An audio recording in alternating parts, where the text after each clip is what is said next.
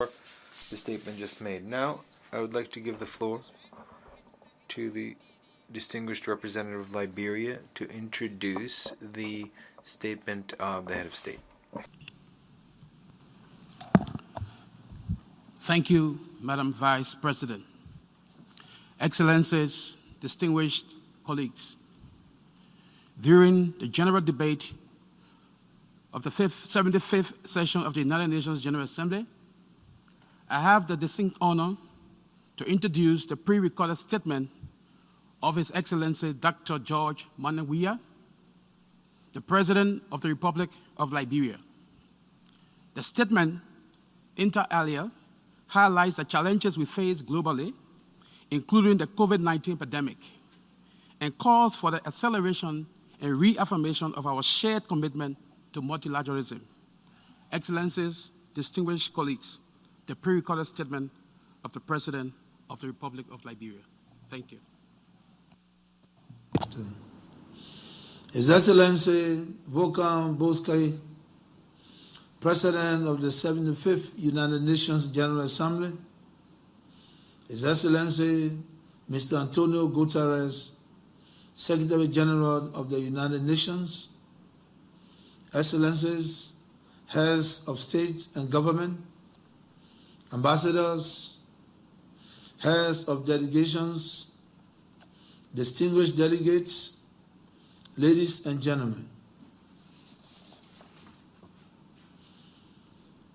I am honored to have the opportunity to address this 75th section of the United Nations General Assembly on behalf of the government and people of Liberia.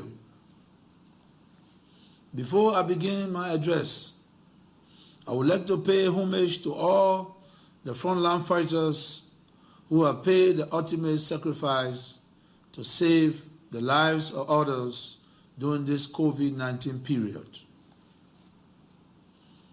I also say a special thank you to all the public health institutions and organizations throughout the world that are working tirelessly to bring an end to this dangerous virus that has taken the lives of so many millions in such a short time. I now extend my deepest sympathy and condolences to the bereaved families of all those who lost their lives to this deadly disease. May their soul rest in perfect peace. Your Excellency, distinguished ladies and gentlemen, I congratulate His Excellency Mr. Volkan Bozkır on his elections as President of the 75th sessions of the United Nations General Assembly, and assure him of Liberia's further support in this discharge of his commendable duty. We have no doubt, Mr. President, that you will lead this august body successfully and fulfill the expectations and the confidence reposed in you during these difficult times.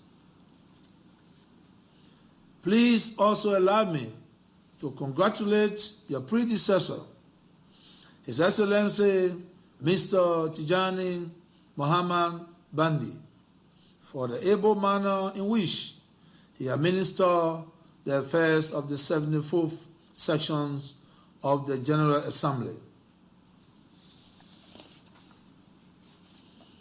Let me also commend His Excellency Mr. Antonio Guterres, Secretary General of the United Nations, for his enthusiasm and personal dedication to the work of the United Nations and for his foresight in devising innovative responses to the challenges of this deadly COVID-19 pandemic. Mr. President, distinguished ladies and gentlemen, the team chosen for this year's general debate, the future we want, the UN we need, reaffirming our collective commitment to multilateralism, confronting COVID-19 through effective multilateral actions, could not be more appropriate as the United Nations commemorates the 75th anniversary of its founding amidst the ravages of a global pandemic that has infected nearly 30 million of the citizens of the most of its member states and killed almost 1 million persons globally in just over 6 months. On behalf of the government and people of Liberia, I extend warm appreciation to all member countries of the United Nations and to all international organizations for the global solidarity we have seen in this phase of COVID-19. The world has stood together. Rich countries and poor countries have all been affected and are working together to eradicate this scourge. COVID-19 has taught us that as countries, whether rich or poor, developed or underdeveloped, we are all united by our common humanity. We must all rise above normal divisions to work for a better, fairer, and more united world. Your Excellency, Africa has been hit hard by the pandemic, although the continent has not seen the number of deaths and affected persons as has been the case in many advanced countries. We can only attribute this to the mercy of our Almighty God, who has made sure the predictions of massive numbers of deaths on the continent of Africa did not materialize. In Liberia, we were able to build on our previous experience 6 years ago with the Ebola viral epidemic.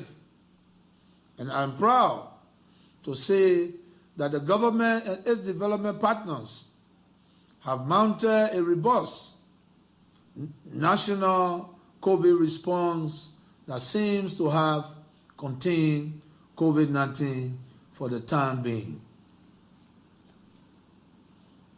As a result, only about 1,331 Liberians have been affected by COVID-19 to date, of which approximately 1,213 of these have fully recovered, with some 82 Liberians falling to the epidemic. I therefore want to extend special thanks to our bilateral and multilateral partners for the strong support Liberia received to deal with the COVID-19 emergency and help sustain the Liberian economy. The government has now developed a post-COVID economic recovery plan that prioritizes short-term actions and investments in key sectors such as agriculture and tourism as a means of reducing the impact of COVID-19, but also providing the basis for economic recovery.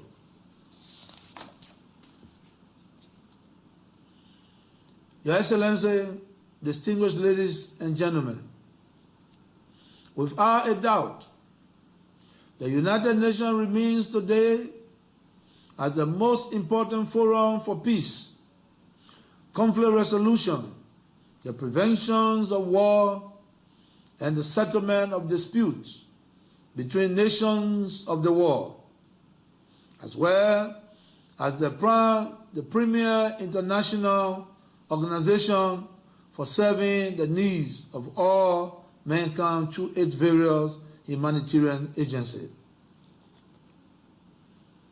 Nevertheless, the war has changed considerably since it came into existence after World War II, and the configurations of powers which obtained when its chapter was first written and upon which its decision-making structures were based have witnessed many significant transformations over these past 75 years. There is therefore an urgent need to review, refocus, and readjust the priorities of the United Nations so that it can become more relevant and more effective in meeting the challenges that are today presented by new global alliance and realities. In this regard, more attention has to be paid to inclusiveness of the most vulnerable in our societies, whose special needs require a new and different mindset.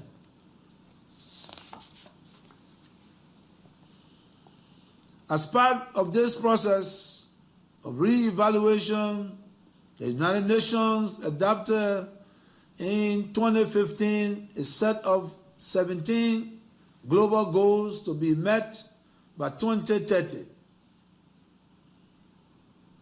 These Sustainable Development Goals, as they are commonly called, are intended to serve as a roadmap for our collective efforts to bring peace and prosperity to all mankind.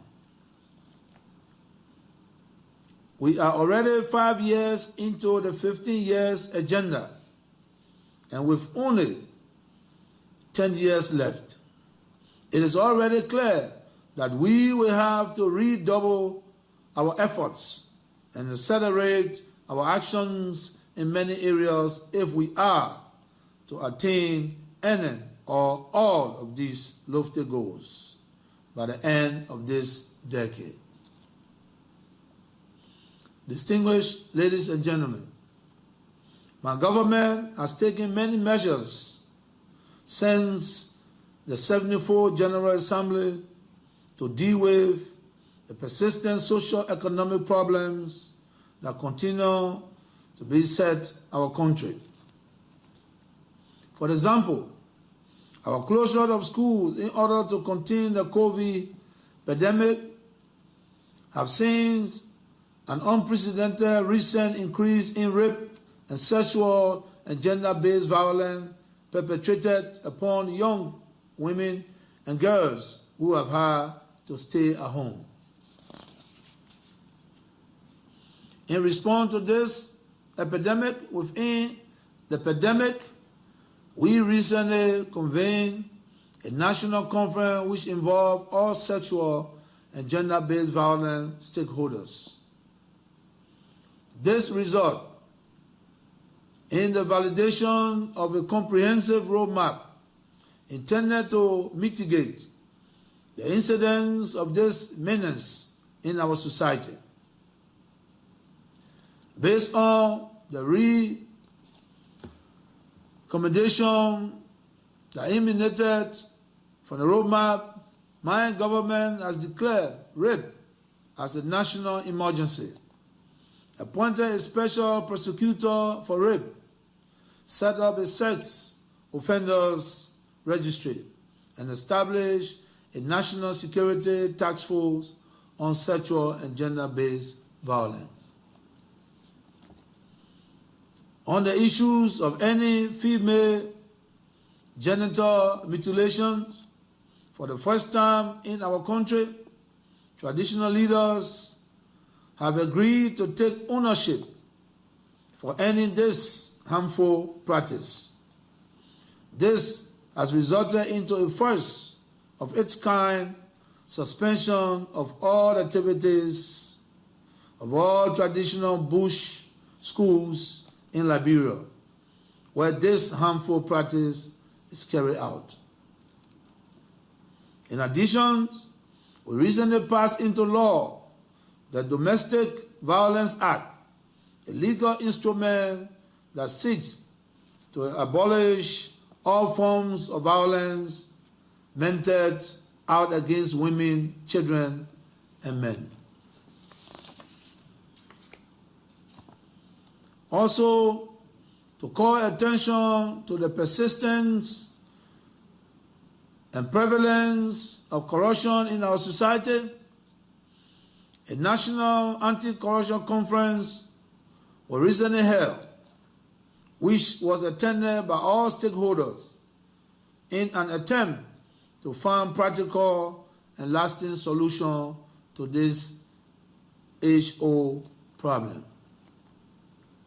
Excellencies, distinguished ladies and gentlemen, we believe that the maintenance of world peace and security is of paramount importance for global growth and development. Every nation without peace is fragile and has an uncertain future. Therefore, as we chart a new course for shared prosperity, we must reaffirm our collective commitment to multilateralism as we confront these new challenges. Multilateralism, international cooperation, and global solidarity will become increasingly important in addressing the complex problem that we now have to solve. Excellency, distinguished heads of states and colleagues, we must all continue to work together as a global community to confront disease and epidemics, fight poverty, and prevent wars. As a founding member of the United Nations, Liberia avails itself as a strong partner in meeting these global challenges. I thank you.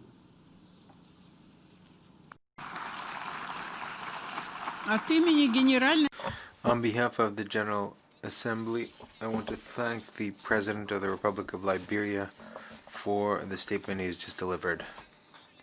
We have heard the last speaker in the general debate this meeting. We will continue the general debate at the 7th plenary meeting, which will begin at 3 p.m. Before adjourning the meeting, I would like to just remind members of the delegation on measures to reduce the threat of infection, in particular the need to maintain social distancing in the meeting hall and in the adjacent areas. The meeting is adjourned.